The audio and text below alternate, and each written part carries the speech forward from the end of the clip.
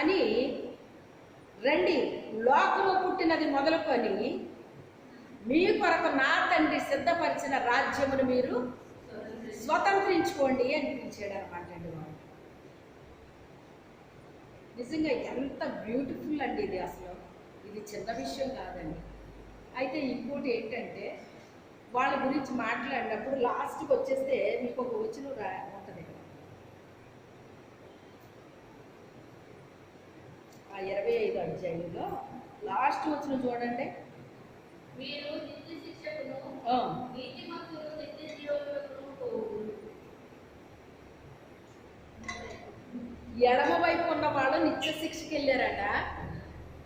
కుడివైపునున్న ఈ గొర్రెలు అంటే నీతిమంతులు నిత్య జీవానికి వెళ్ళారటండి. నిత్య జీవానికి వెళ్ళారు. అయితే నిత్య జీవము కలిగిన మాటలు కలిగిన నిన్ను విడిచిపెట్టి మేము ఎక్కడికి వెళ్తాం ప్రభు అన్నారు. యేసు ప్రభుని విడిచిపెట్టి కొంతమంది వెళ్ళిపోతున్నారటండి. వెళ్ళిపోతుంటే మీరు కూడా వెళ్ళిపోతారా? వెళ్ళిపోతే వెళ్ళిపోండి అన్నాడు మిగతా వాళ్ళు. అప్పుడు వాళ్ళు ఏమంటున్నారు? అందులో ముఖ్యంగా పేతురు ఏమంటున్నాడు? నిత్య జీవపు మాటలు కలిగిన నిన్ను విడిచిపెట్టి మేము ఎక్కడికి వెళ్తాం ప్రభు అంటే ఈ నిత్య జీవపు మాటలు అక్కడెక్కడ ఉన్నాయి? ఎక్కడా లేవయ్యా, నీ దగ్గరే వింటున్నాం ఈ నిత్య జీవపు మాటలు. అలాంటి నిన్ను విడిచిపెట్టి మేము ఎక్కడికి వెళ్తామయ్యా అని అడుగుతున్నారండి వాళ్ళు. అయితే ఇప్పుడు ఇక్కడ లాస్ట్ ఏం చెప్తున్నాడు? నీతిమంతులైన మీరు నిత్య జీవంలోకి ప్రవేశిస్తారని చెప్తున్నాడు. ఆ నిత్య జీవంలోకి ప్రవేశించాలంటే ఇదే మత్తయి రాసిన సువార్త 6వ అధ్యాయంలో 12, 13లోనే ఉంటుంది చూడండి. 13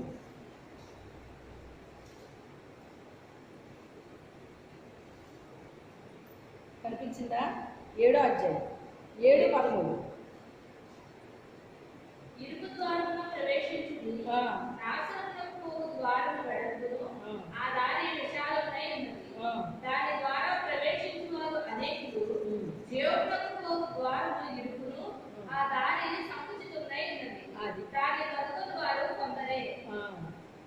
ఇప్పుడు ఇరుకు మార్గం ఉంది, విశాల మార్గం ఉంది. విశాల మార్గంలో చాలా మంది ఉంటారు, ఇరుకు మార్గంలో కొద్దిమంది మాత్రమే ఉంటారు. ఆ ఇరుకు మార్గంలో ప్రవేశించిన వాళ్ళు ఎక్కడికి వెళ్తారని చెప్పాడు ఆయన? జీవంలోకి ప్రవేశిస్తారన్నాడు ఆయన. ఇప్పుడు ఇందాక మనం చదివిన దాంట్లో ఆ నీతిమంతులు మీరు ఎక్కడికి వెళ్తారని చెప్పాడు ఆయన? నిత్య జీవంలోకి ప్రవేశిస్తారని చెప్పాడు. ఇప్పుడు ఇరుకు మార్గంలో ప్రవేశించిన వాళ్ళు ఎక్కడికి వెళ్తారని చెప్పాడు? జీవ మార్గంలోకి వెళ్తారని చెప్పాడు అని. మరి ఆ తర్వాత కింద చూస్తే ఇంకానే చూడండి, ఇరుకు మార్గంలో ప్రవేశిస్తేనంట వాళ్ళకు ఒక పోరాటం ఉంటుందని చెప్పాడండి.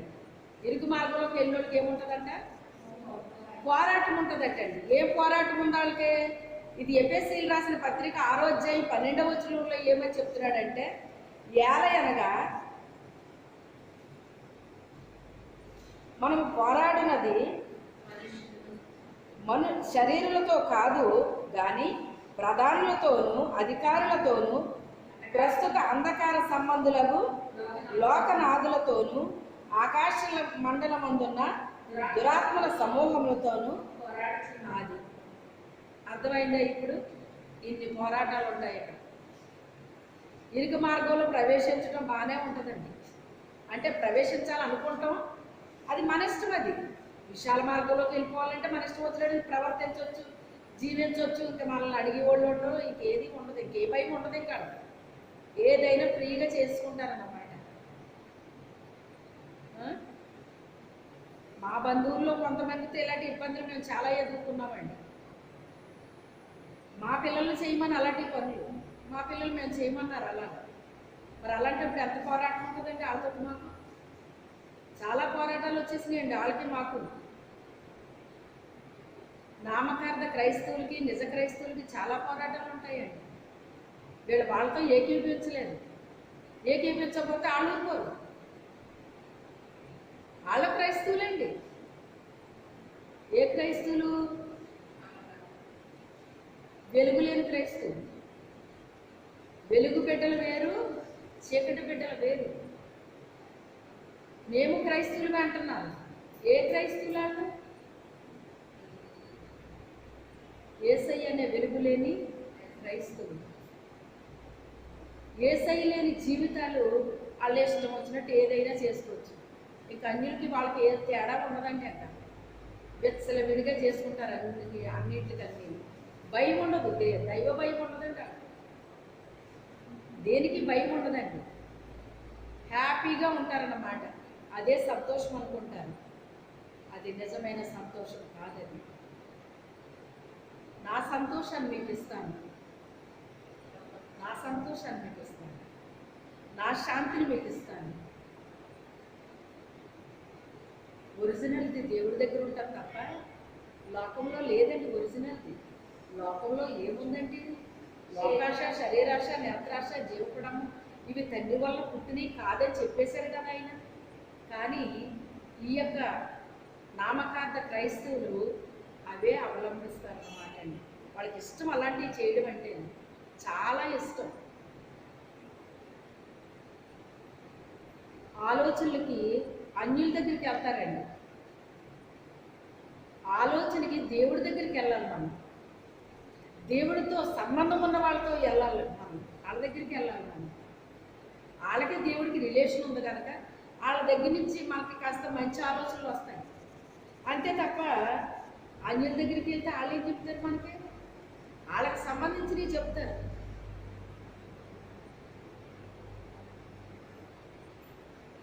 ఐగుప్తు దేశం నుంచి ఇశ్రాయేలీలు రమ్మంటే దేవుడు వాళ్ళతో మిశ్రిత జనం వచ్చేసారంట. మిశ్రిత జనం వచ్చేసి మోషే కొండ మీదకి రమ్మంటే దేవుడు కొండ మీదకి వెళ్తే ఈ లోపల వీళ్ళు ఏమైపోయాడు? అతను ఎప్పటి వరకు ఉండేవాడు కదా, అతను ఏమైపోయాడు? అతను కనబట్టలేదేంటి? మేమైతే ఇలాగ ఆరాధిస్తాం, మేమైతే ఇలాగ ఆరాధిస్తాం అని చెప్పి ఈ యొక్క మిశ్రిత జనం ఈ దేవుని బిడ్డల్ని ఏం చేశారంటే చెరిపేశారు. చెరిపేశారు అంటే మనం మాట వింటే వాళ్ళు మనకు చెప్తారా, వినకపోతే చెప్తారా? చెప్పండి. వింటేనే కదా చెప్తారు. మేమైతే ఇలా చేస్తామంటే మేమైతే అలా చేయమండి అని చెప్పాలి మనం. అలా చెప్పాలి అంటే అసలు దేవుడు అంటే ఏంటో మనకు తెలిస్తే కదా. దేవుడు అంటే ఏంటో మనకు తెలియాలి. దేవుడు అంటే భయం ఉండాలి మనకి, భక్తి ఉండాలి మనకి. అవన్నీ మనకు ఉంటేనే మేమైతే అలాంటి పనులు చేయమండి అని ఖచ్చితంగా చెప్పేస్తారు. మేమైతే ఇలా చేస్తాం, ఇలా చేస్తాం, ఇలాగ ఆరాధిస్తాం అనేటప్పటికి అప్పుడు ఇశ్రాయేలీలు వెళ్ళి ఎవరు పట్టుకున్నారు? అహరోను పట్టుకున్నారు. ఆ మోషే అన్నవాడు ఏమైపోయాడో, వాడు ఎక్కడ పోయాడో మాకు తెలియట్లేదు, కానీ మా ముందు నడవడానికి మాకు ఒక దేవుడు కావాలి, నువ్వేం చేస్తావో మాకు తెలియదని అతను పట్టుకుంటే, అయ్యి బాబు ఈ ప్రజలు నేను ఎక్కడ నడిపించను, ఈ మోషే ఎక్కడికి వెళ్ళాడో ఏంటో, ఇలాగా అదృశ్యమైపోయాడు ఏంటి ఇతను, ఇప్పుడు నేనేం చేయను ఈ ప్రజల్ని, నేను ఏమన్నా అన్నానంటే నన్ను చంపేస్తారు ఇప్పుడేలో అని భయపడిపోయి మీ ఒంటి మీద ఉన్న బంగారం చేయండి అన్నాడు అతను. ఇంకేం చెప్పాలో తెలక వెంటనే తీసి ఇచ్చేసారట అండి. ఒంటి మీద ఉన్న బంగారాలు ఇచ్చేసారట. అది అగ్నిలో వేయగా అది ఏమైపోయింది? అప్పుడు దాని చుట్టూ తిరుగుతూ బైలా మాట్లాడు, బైలా మాట్లాడు అని దాని చుట్టూ తిని త్రాగి ఆడడానికి లేచారు అన్నమాట బయట. ఈ డ్యాన్సులు ఎక్కడి నుంచి వచ్చినాయి అండి? అక్కడి నుంచి వచ్చినాయి, అక్కడి నుంచి వచ్చినాయి. అయితే ఇవి చెప్తే వింటే వాళ్ళు చెప్తారు కాదండి. మనం విన్నప్పుడు వాళ్ళు ఎందుకు చెప్తారంటే వాళ్ళకి ఏం అవసరం? వాళ్ళకి మనల్ని బలవంతంగా మనతో చేర్చడానికి వాళ్ళకి ఏం అవసరం? ఇంకా చెప్పాలంటే మన దేవుడు అంటే వాళ్ళకి భయం. మీ దేవుడు, మీ దేవుడు, మీ దేవుడు అని చెప్తూ ఉంటాడండి వాడు. వాళ్ళకి భయం. ఎందుకు భయం లేదు ఎవరికి? నామకార్థ క్రైస్తవులు. నామకార్థ క్రైస్తవులు భయం ఉంటుందండి. దేవుడు అంటే భయం ఉంటుంది. భయం ఉంటే దేవుడు ఏం చెప్తే అదే చేస్తారండి. ఎవరో చెప్పినవి చేయరు, ఎవరో చెప్పినవి చేయరు. ఆ రకంగా మా మీద కక్ష పూనేశారండి. మేము అలాంటి పనులు మేము చేయమని చెప్పేసాం. మేము దేవుడు బిడ్డలు అంటున్నారు, ఇలాంటి పనులు ఏంటి మీకు అంటే చాలా తారాస్థాయికి వెళ్ళిపోయింది వాళ్ళకి కోపం మా మీద. ఇదేంటికి వీళ్ళు చేయడానికి ఏంటి, చెయ్యాలి కదా. దేవుడు బిడ్డలో కానీ దేవుడు తెలియదండి. కొంతమందికి తండ్రి ఎవరో తెలియదు, తల్లి ఎవరో తెలియని వాళ్ళు ఉంటారు కదండి. మా నాన్న ఎవరో నాకు తెలియదండి, మా అమ్మ ఎవరో నాకు తెలియదండి అని కొంతమంది పిల్లలు చెప్తూ ఉంటారు. ఎందుకంటే కనీస పారేసిన పిల్లలకి మరి తల్లి ఎలా తెలుస్తుంది, తండ్రి ఎలా తెలుస్తుంది, తెలియదు. సంఘ కాపరి ఏం చేయాలి, తండ్రిని పరిచయం చేయాలి. మీకు దేవుడిని పరిచయం చేశానా లేదా, పరిచయం చేయాలి. నాకు పరిచయం ఉంటే మీకు చేస్తాను, నాకు లేదు మీకు ఎక్కడ చేస్తాను. కొంతమంది వాళ్ళకి పరిచయం ఉన్నా కూడా చేయరు. దేవుడు వీళ్ళ కనెక్ట్ అయిపోతే మన మధ్యలో మన అవసరం ఏముండదు అనేసి వాళ్ళ చుట్టే తిప్పుకుంటారటండి. అలాంటి వాళ్ళు కూడా దేవుడు చూపించాడు నాకు. వాళ్ళ చుట్టే తిప్పుకుంటారు. దేవుడు అంటే వాళ్ళకి అసలు తెలియదు అనమాట అండి. ఆ పిల్లలకి పిల్లలంటే పిల్లలని అర్థం కాదు. అసలు దేవుడికి వాళ్ళకి అసలు రిలేషన్ ఉంటుంది అనమాట. తెలియదు, అసలు దేవుడు అంటేనే తెలియదు వాళ్ళకి. అయితే ఆ యొక్క నీతిమంతులు అనేటువంటి వాళ్ళు దేవుని రాజ్యాన్ని స్వతంత్రించుకోవాలంటే వాళ్ళు ఎలా ఉండాలంటండి, ఇరుకు మార్గంలో వెళ్ళిపోవాలంటే. మాట్లాడాలంటే ఇరుకండి. ఇరుకంటే ఎలా ఉంటుంది అనుకుంటున్నారు మీరు? ఏదైనా మాట్లాడదామంటే మన మాట అక్కడ చల్లనివ్వరు. వాళ్ళంతా ఒకటైపోతారండి. విశాల మార్గంలో ఎంత బ్యాచ్ ఉందని చెప్తున్నాడు అక్కడ, అనేకులు. మరి ఇరుకు మార్గంలో ఎంతమంది ఉన్నారు? కొందరే ఎందుకున్నారు? పోరాటం, దురాత్మలతో పోరాటం ఉంటుంది, అధికారులతో పోరాటం ఉంటుంది, ప్రధానులతో పోరాటం ఉంటుంది, లోకనాథులతో పోరాటం ఉంటుంది. ఇవన్నిటితో మనం పోరాడాలంటేనంట మనము కొన్ని ధరించుకోవాలని చెప్పాడు ఆయన. ఇప్పుడు మీరు నీతి అనే సర్వాంగ కవచాన్ని మీరు ధరించుకోవాలి. మీరు నీతి అనే మైమరుగు తొడుక్కోవాలి. మీరు రక్షణ అనే శిరస్త్రాణాన్ని పెట్టుకోవాలి. మీరు ఎప్పుడైనా కిందకి పోతే తలకి దెబ్బ తగిలి, మరి తలకి తగిలితేనే కదా చనిపోతున్నారు. అందుకని గవర్నమెంట్ ఏం చేసింది, హెల్మెట్ పెట్టుకుని మీరు ప్రయాణం చేయాలి, లేకపోతే మీకు ఇంత శిక్ష, లేకపోతే ఇంత జుర్మానా అని పెట్టేసింది. ఇంతకీ ఎవరి సేఫ్టీ కోసం పెట్టింది గవర్నమెంటు కదా. వీళ్ళు పెట్టుకోకుండా ఆ దారిని వెళ్ళిపోయి ఈ దారిని వెళ్ళిపోయి వాళ్ళకి ఏమన్నా నష్టమా? పెట్టింది ఎవరి కోసం పెట్టారు? వాళ్ళు వీళ్ళ కోసమే కదా పెట్టింది. వాళ్ళు చూడకుండా వీళ్ళు ఆ దారిలో వెళ్ళడం, ఈ దారిలో వెళ్ళడం, పడడం, అయిపోవడం, ఏదో అయిపోతాయి. దేవుడు మనకి ఎందుకు చెప్పాడు ఇవన్నీ? ఇన్ని పోరాటాలు ఉంటాయి మీకు. వాళ్ళ శరీరులతో కాదు మీ పోరాటం, ప్రధానులతో ఉంటుంది, అధికారులతో ఉంటుంది, లోకనాథులతో ఉంటుంది, ఆకాశ మండలంలో ఉన్న దురాత్మ శక్తులతో ఉంటుంది మీకు పోరాటం. వీటన్నిటితో మీరు పోరాడాలంటే మీకు కొన్ని ఆయుధాలు మీకు అవసరం. మీరు ఇది ధరించుకోవాలి, సర్వాంగ కవచాన్ని ధరించుకోవాలి. అయ్యగారికి ఏదో తీస్తానన్నారండి, ఏమంటారు దాన్ని, ఎంఆర్ఐ స్కానింగ్ కావాలి. అది ఒకటి ఏదో ఇలా ఉందండి, అందులోకి ఈ మనిషి వెళ్తారన్నమాట. దీని మీద పడుకోబెట్టేస్తారు. ఈ మనిషి అలా వెళ్తుంటే ముక్కు ముయ్యాలంటండి, ఒక్కొక్క క్షణం అలా ముక్కు ముయ్యాలన్నమాట అండి. అలా ముక్కు మూస్తే ఎవరు చనిపోయారట.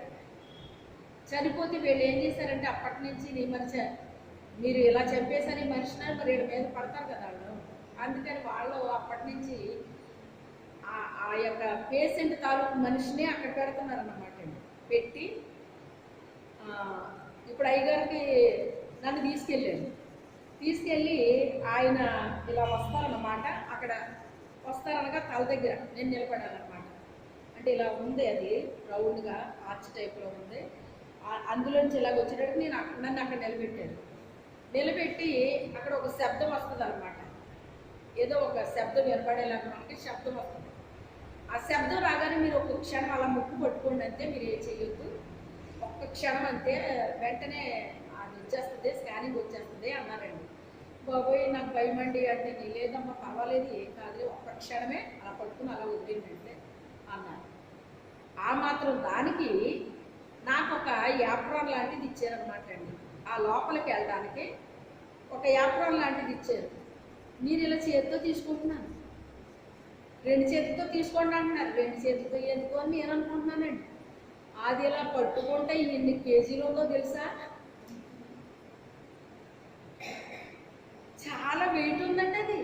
బాబు ఏంటంటే ఎంత బరువు ఉంది అంటే, మరి అలాగే ఉంటుందమ్మా, అది వేసుకుని రావాలి మీరు అందులోకి అన్న.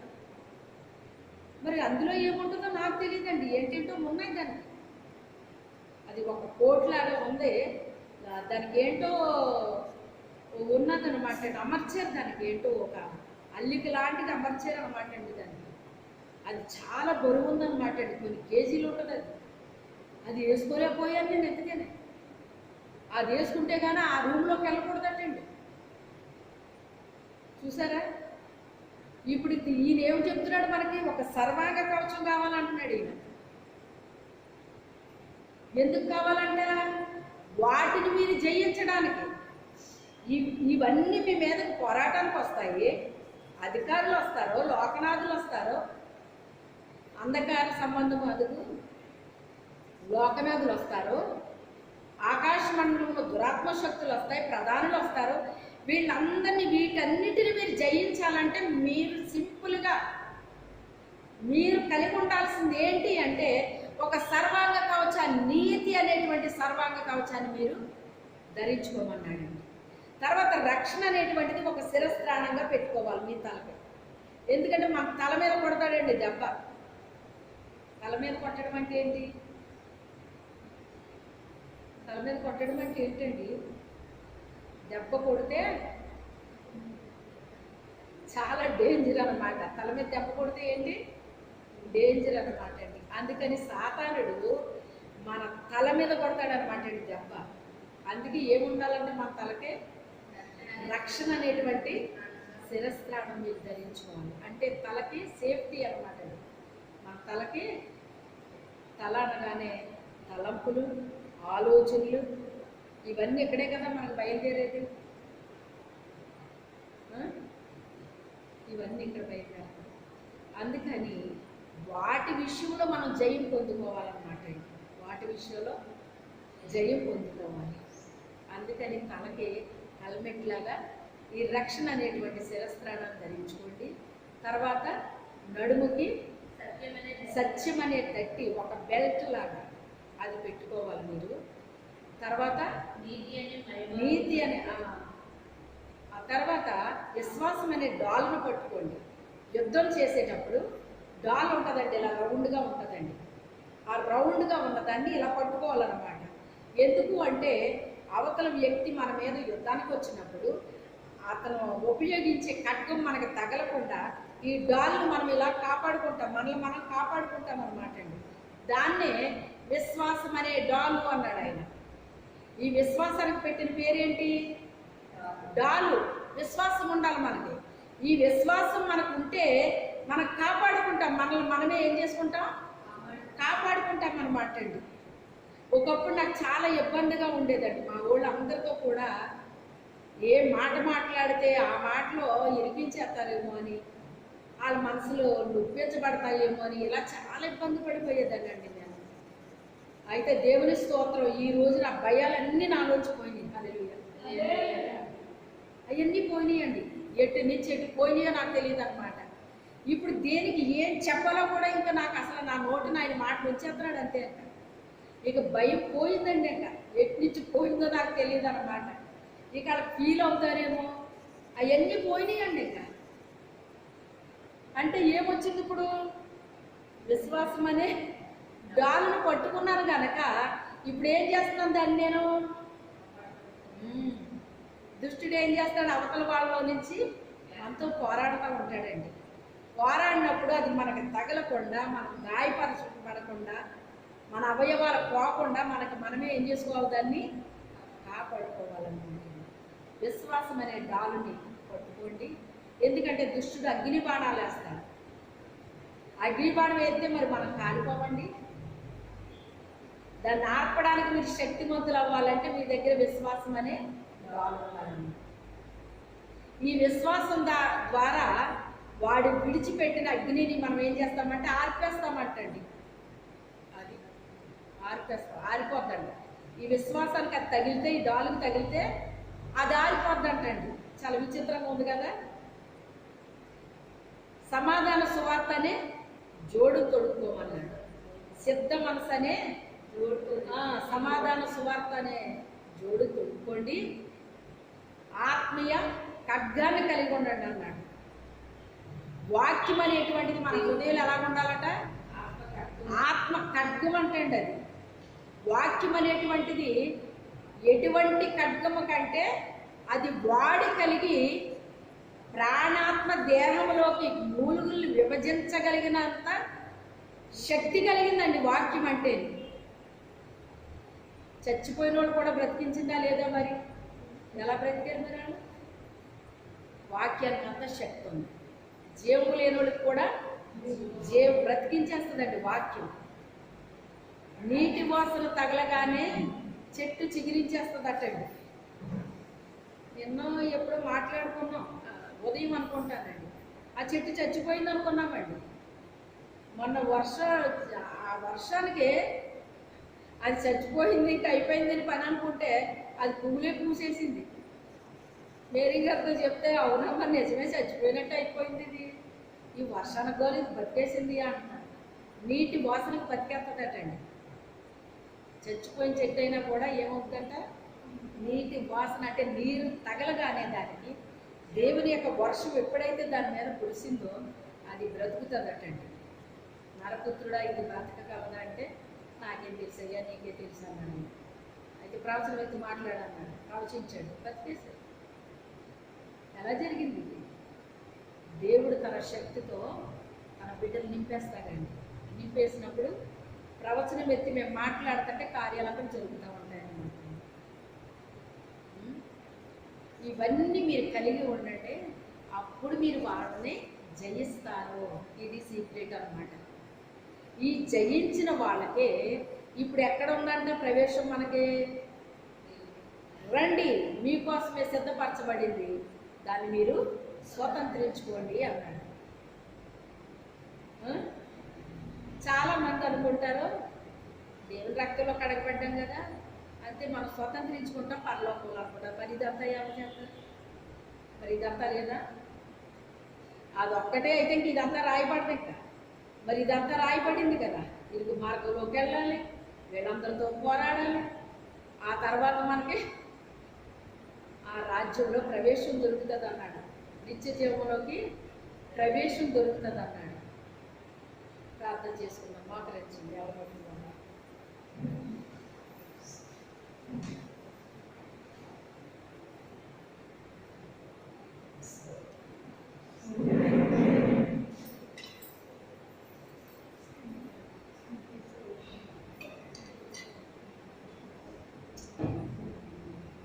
పరిశుద్ధుడు అయిన తండ్రి, మీ కొందరాలు స్తోత్రాలు తండ్రి. యేసయ్య దయగల తండ్రి, కృపగల నాయన, మీకే వందనాలు స్తోత్రాలు చెల్లించుకుంటున్నాను తండ్రి. ఈ సాయం సమయంలో ప్రభువా నీ దివ్య వాక్యము ద్వారా నాతో మాతో మీరు మాట్లాడారు ప్రభువా నాయన. ఈ వాక్యాన్ని విన్న ప్రతి ఒక్క బిడ్డలో నీ కార్యాన్ని జరిగించు నాయన. సహాయం చేయండి పరిశుద్ధాత్మ దేవుడా, మీరే కార్యము చేయండి నాయన. దయగల తండ్రి, కృపగల నాయన, నీకే స్తోత్రాలు చెల్లించుకుంటున్నాను తండ్రి. మహోన్నత స్థలములో నివసించే రాజా, నీకే స్తోత్రాలు చెల్లించుకుంటున్నాను తండ్రి. ఆత్మ ప్రభువారు మీకు వందనాలు స్తోత్రాలు తండ్రి నాయన. నా దేవ నా తండ్రి, మీకే స్తుతులు వందనాలు అయ్యా, స్తోత్రాలు తండ్రి. పరిశుద్ధాత్మ దేవుడా, ప్రతి ఒక్క బిడ్డ కూడా నా ప్రభువా నాయన నీతిమంతులుగా నీ రక్తములో కడగబడి నీతిమంతులుగా తీర్చబడి నా ప్రభువా ఇరుకు మార్గంలో ప్రవేశించి నా ప్రభువా నాయన. అయ్యా ఇదిగో ప్రభువా నాయన, మీకు ఒక పోరాటం ఉంది. ఆ పోరాటంలో మీరు గెలవాలంటే వీటన్నిటిని ధరించుకోండి అని ప్రభువా నీ దివ్య వాక్యము ద్వారా మాతో స్పష్టముగా ప్రతి విషయాన్ని మాట్లాడారు తండ్రి నాయన. నీ బిడ్డల జీవితాల్లో నాయన మరి ఏ రీతిగా ఉన్నారో ప్రభా, ఏది ఉన్నదో ఏది లేదో నీ బిడ్డలు గ్రహించుకుని ప్రభా నాయన, లేని వాటిని సంపాదించుకొని ప్రభా నాయన నీ బిడ్డలుగా ఈ లోకంలో నా తండ్రి జయ జీవితాన్ని కలిగి నాయన జీవించడానికి సహాయం చేయమని, ప్రతి విషయంలో మీరే కార్యాలు జరిగించవలసిందిగా మహిమ ఘనత ప్రభావాలు మీరు పొందుకుని సహాయం చేయమని యేసు అతి పరిశుద్ధ నామములు అడిగి వేడుకుంటున్నాము తండ్రి, ఆమేన్. యేసు రక్తమే జయం, యేసు నామమే జయం, ప్రవేశ రక్తం సంపూర్ణ విజయం, అపవాది క్రియలు కనంతరికి నాశనం, ప్రవేశ మన ఘన విజయం కలుగుగాక. ఆమేన్. తండ్రి అయిన దేవుని యొక్క ప్రేమయు, కుమారుడైన యేసు క్రీస్తు ప్రభు వారి యొక్క మహాకృపయు, పరిశుద్ధాత్మ తండ్రి యొక్క అన్యోన్యమైన సహాయం సహవాసం ఇప్పుడు ఎల్లప్పుడూ మనకి, మన కుటుంబాలకి, మన సంఘానికి, మన గ్రామాల, జిల్లాల, రాష్ట్రాల, మన దేశాలకు నిత్యము తోడుగా ఉండదు గాక. ఆమేన్, ఆమేన్, ఆమేన్. హల్లెలూయా, హల్లెలూయా, హల్లెలూయా. అందరికీ వందనాలండి.